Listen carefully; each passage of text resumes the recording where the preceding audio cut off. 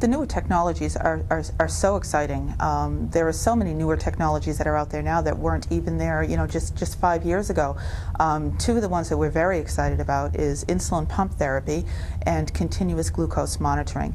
Insulin pump therapy is a pump the size of about a pager or the size of a cell phone that's worn externally. It is an external pump, and connected to that pump, in which there is a reservoir of insulin, connected to that pump is a piece of tubing, and at the end of that tubing there's a little, sort of like an IV catheter, that's inserted under the person's skin every 3 days, and that's done at home. The person does that on their own at home every 3 days, and that insulin pump then pulses out these tiny amounts of insulin, every minute or every 5 minutes of every single day. Just pumps out these tiny amounts of insulin, and then when the person eats their carbohydrates, they're able to plug into the pump numbers. So they would plug in their blood sugar number versus the amount of carbohydrates that they're eating, and because of the mathematical formulas that we feed into the pump, because it is a computer, we feed those formulas into the pump, and then the pump actually comes up with a dosage of insulin that it figures it should give that person for that amount of carbohydrate with that particular blood sugar at that time,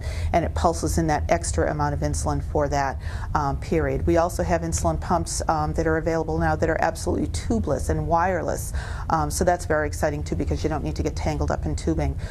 So insulin pumps are hugely exciting. And then the other thing that I find very exciting is the continuous glucose monitor. And a continuous glucose monitor actually monitors your interstitial fluid, which is sort of like monitoring your blood sugar every 5 minutes of every single day. And that is also a little device that's worn externally.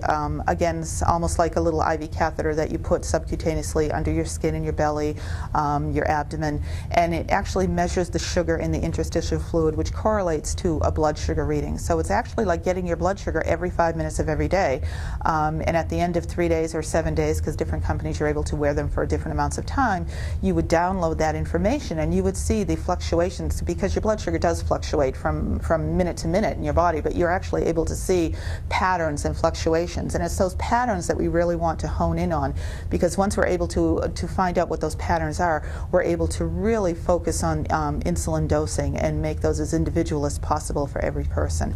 So those are two excellent technologies that are out there and that are available right now.